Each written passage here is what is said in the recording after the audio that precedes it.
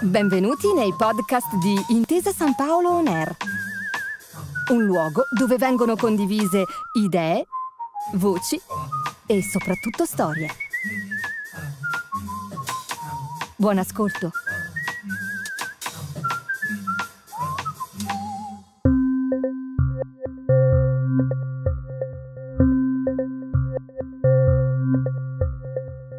(361.210 abitanti), 50 metri sul livello del mare, ma ci concederanno di dirlo le altre città d'Italia, 2 spanne su tutto il resto dal punto di vista culturale, visto che tra le vie del centro di questo antichissimo pezzo di mondo si sono scritte pagine di storia con la S maiuscola. Un turbinio di eventi, impossibili da elencare, emozionanti da rivivere, che tra gironi danteschi, denominazione romana, libertà comunali, lotte rinascimentali, artisti di ogni sorta, scienziati che hanno cambiato il mondo e molto altro, meriterebbe davvero di essere riassunto in un lungo e magnifico racconto, diviso per epoche e approfondito quanto un libro di scuola. Santa Maria Novella, Gabriel Omar Battistuta, Ponte Vecchio, Rui Costa e Ciccio Graziani, la bistecca alla fiorentina, la ribollita, gli Uffizi, Piazza della Signoria, Michelangelo e Galileo, i gironi danteschi, Palazzo Pitti, il numero 10, Botticelli e il David, Giotto, Cimabue e il Giglio, Ponte Vecchio, Lorenzo dei Medici e ovviamente la Fiorentina. Il nostro viaggio alla scoperta delle province del calcio italiano oggi ci porta a Firenze, culla del Rinascimento e del Bello, da sempre luogo di arte, di cultura e di passione. Un luogo che conosce anche un profondo amore per il calcio e per le sue narrazioni, che si racchiudono forse nella loro poesia massima nel quasi scudetto del 1982. Un'annata strana, contorta come un girone dantesco, che da queste parti ancora chiamano lo scudetto rubato. Questa è la seconda stagione di Tutto il calcio provincia per provincia, il nuovo appuntamento con il racconto calcistico della nostra memoria sportiva. Un mosaico dove pezzo dopo pezzo andremo a ricostruire la geografia pallonara d'Italia, alla riscoperta delle nostre unicità locali. Tutto il mondo è paese e allora tutto il nostro, di paese, diventa provincia. Per sottolineare ancora una volta il senso di appartenenza unico che solo alle nostre latitudini, grazie al calcio, alla cultura e alla gastronomia, diventa anche un lascito culturale. Una stagione inedita, nuova, nella quale andare a ricercare le storie nella storia, i piccoli grandi dettagli che hanno reso eterna una stagione speciale. Da nord a sud, dal mare alla campagna, dalle Alpi alle isole, tra le centinaia di modi in cui è possibile raccontare l'Italia, abbiamo scelto questo, fatto di pallone, fatto di passione e fatto di ricordi. Cominciamo dalla fine, perché oggi dare ordine ai pensieri è piuttosto complicato. Firenze, infatti, non ha una storia. Firenze è la storia.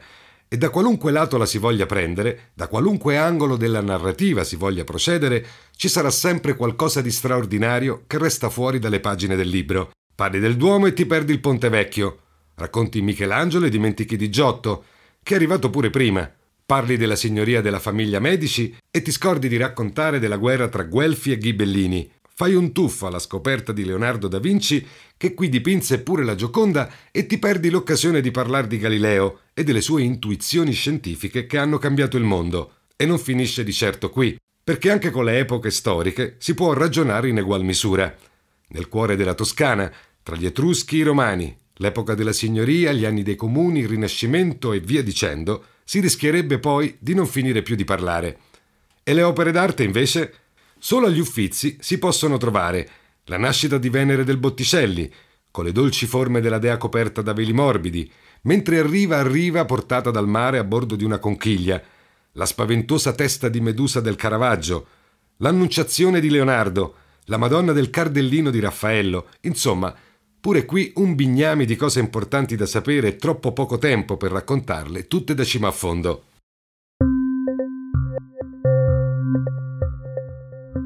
Quindi, riassumendo, lasciamo la storia fuori dalla porta, per non far torto a nessuno, e piuttosto partiamo dalla fine del nostro racconto. La stagione 1981-82, che è la protagonista del nostro podcast, è quella che a Firenze ancora chiamano dello scudetto rubato. È la pietra miliare, L'inizio e la fine di tutti i perché, l'origine della grande rivalità tra i Viola e la Juventus di Torino, che oggi, a 35 anni e passa di distanza, ci sembra semplicemente una verità assoluta, che tra i bianconeri e i Viola semplicemente non corre buon sangue. Eppure non è così da sempre, anzi, gli sberleffi e gli sfottò goliardici tra queste due società hanno una precisa data di nascita.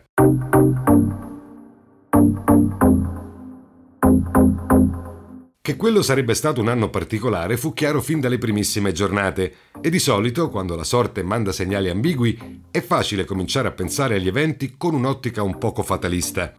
Quella fiorentina era allenata da Giancarlo, detto Picchio De Sisti, ed era uno dei gruppi più affiatati e temuti dell'intero panorama nazionale. Ai mondiali di Spagna, che si sarebbero svolti alla fine del campionato, il mister della leggenda, Enzo Bearzot, avrebbe portato poi la bellezza di 5 Viola, sintomo di una rosa dalle qualità tecniche molto elevate. Una vera polisportiva del gol, che grazie a Ciccio Graziani, Daniele Massaro, Paolo Monelli e il capitano storico Giancarlo Antonioni poteva schierare frecce sempre nuove, mantenendo altissimo il tasso di classe della squadra. La società era passata in mano ai Pontello, che stavano investendo parecchio e con numerose idee innovative per il riammodernamento del brand Gigliato, con l'intenzione di proiettare la maglia viola in alto sullo scacchiere internazionale. È proprio dal giglio e dalla maglia allora partiamo. Già, perché il primissimo motivo di scandalo e di stupore ai tifosi lo procurò la società stessa, ben prima del fischio d'inizio della prima partita stagionale.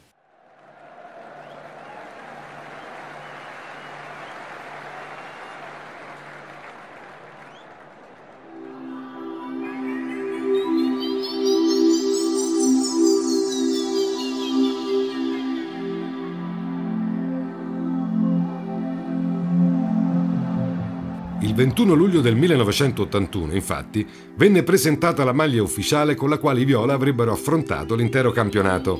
Al centro della storica casacca fiorentina faceva bella mostra di sé il giglio cittadino, che dal giorno del secondo scudetto in poi capeggiava sul petto dei giocatori toscani ed era motivo d'orgoglio per tutti i tifosi Viola della città. Ma i Pontello avevano voglia di novità, di portare una ventata d'entusiasmo e nei loro piani, per il futuro, rientrava anche il design rivisto della storica divisa. Comparì così, proprio in mezzo al colore viola, una grossa F alla bardata rossa, iscritta in un cerchio bianco, che spezzava con la tradizione e ridefiniva uno dei look più iconici del nostro calcio. Ma il tifoso, si sa, fatica a digerire le novità, e all'inizio la trovata generò un grande scompiglio per le vie di Firenze, e altrettanto avrebbe fatto anche l'inno alternativo, una nuova versione inedita delle note da suonare allo stadio, che fece il suo esordio praticamente a braccetto con la maglia della discordia.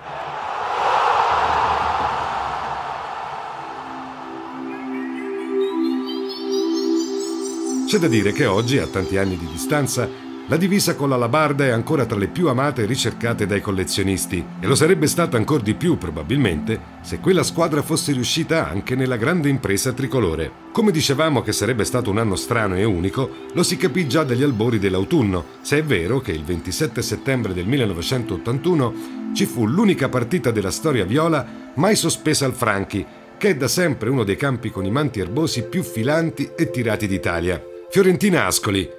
Diluvio universale.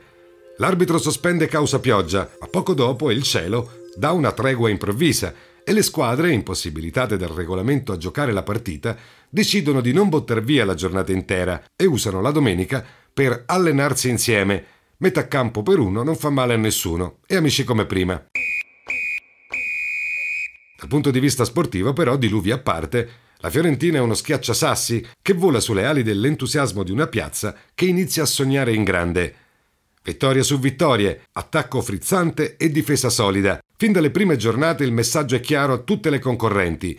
La Viola può provare la grande rincorsa e chiunque vorrà appuntarsi il tricolore dovrà fare i conti con i ragazzi di Picchio. Il 22 novembre del 1981, però, a Genova, Giancarlo Antonioni, fantasista e leader della squadra, nel bel mezzo di un rognosissimo Genoa-Fiorentina, viene falciato da un intervento killer di Martina, roccioso, estremo difensore rossoblù. L'arbitro Casarin, che poi sarebbe anche diventato designatore, nella foga del momento non si accorge neppure del fallo e fischia una semplice rimessa laterale. Lo storico capitano viola è a terra tremendamente dolorante. Viene soccorso dal medico del Genoa. L'impatto è stato terribile e per lui la stagione si sarebbe trasformata in una lunga rincorsa a perdifiato, vissuta per lo più nello stanzino del fisioterapista. Sembrava la fine di tutti i sogni di gloria. All'epoca il numero di maglia non apparteneva a nessuno, era una proprietà intellettuale della squadra e tolto giocoforza dalla maglia di Antonioni, il numero 10 finì sulle spalle ancora da crescere del giovane e sconosciuto Luciano Miani, che di certo non aveva il talento del veterano.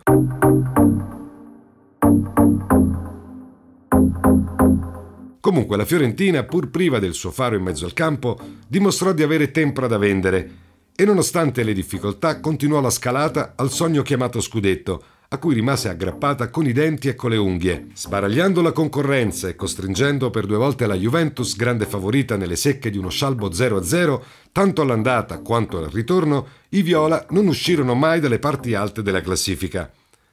Proprio la gara di ritorno contro i bianconeri, datata 4 aprile del 1982, sarebbe entrata nel libro dei record, perché giocata davanti a più di 60.000 spettatori urlanti per l'incasso record di oltre 252 milioni delle vecchie lire. Al Franchi c'era ancora la pista di atletica, che poi il restyling per i mondiali d'Italia 90 avrebbe definitivamente trasformato in un parterre, ed in più, in quegli anni, esistevano ancora i famosissimi posti in piedi, che rendevano le curve e le tribune delle specie di grandi piazze all'aperto, dove praticamente in verticale si ammassavano migliaia di tifosi urlanti. Se il doppio pareggio con la Juventus era la perfetta fotografia di un equilibrio che le due squadre si trascinarono dietro per tutta la competizione, i punti decisivi per lo scudetto i viola li persero in maniera incredibile contro il Cagliari e il Cesena.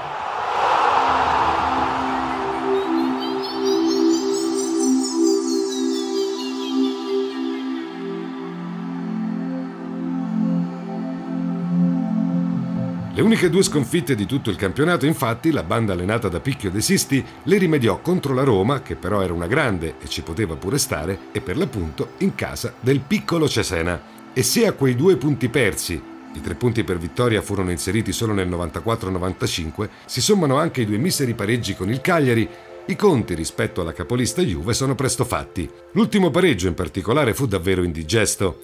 In trasferta, con i viola in cerca dei punti scudetto e i sardi invece alla caccia disperato del singolo punticino che avrebbe significato salvezza. Uno 0-0 anche qui, pieno di tensione e di tatticismo, che consegnò lo scudetto alla Juve, mettendo fine ai sogni dei toscani. Una beffa vera e propria, se si considera che alla penultima giornata, che fu anche l'ultima in casa, i gigliati avevano strapazzato per 3-0 l'Udinese, dando l'illusione ai propri tifosi di avere l'impresa a un tiro di schioppo, e soprattutto festeggiando gli ultimi minuti con una perentoria invasione di campo.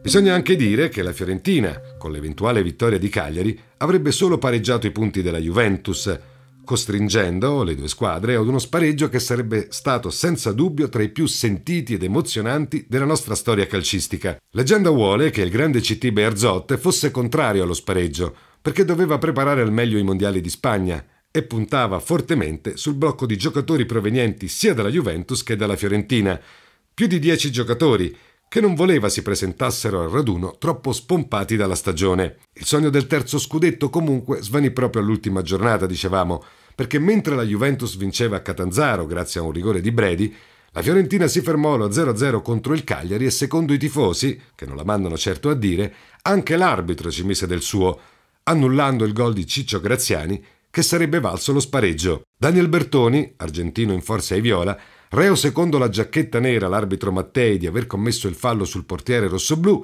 ebbe a dire che per lui il fallo non c'era. Il gol era regolare e lo scudetto i viola se lo sarebbero dovuto giocare sul campo, riassumendo così il pensiero di tutta la piazza.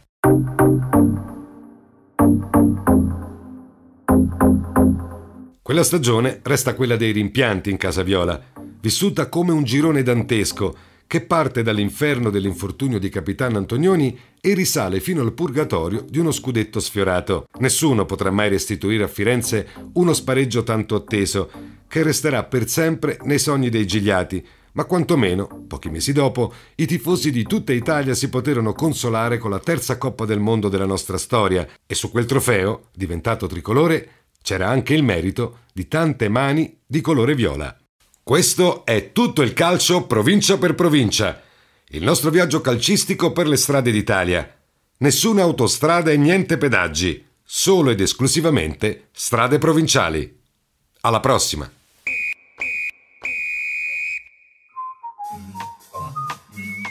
Grazie per aver ascoltato i podcast di Intesa San Paolo On Air. Al prossimo episodio.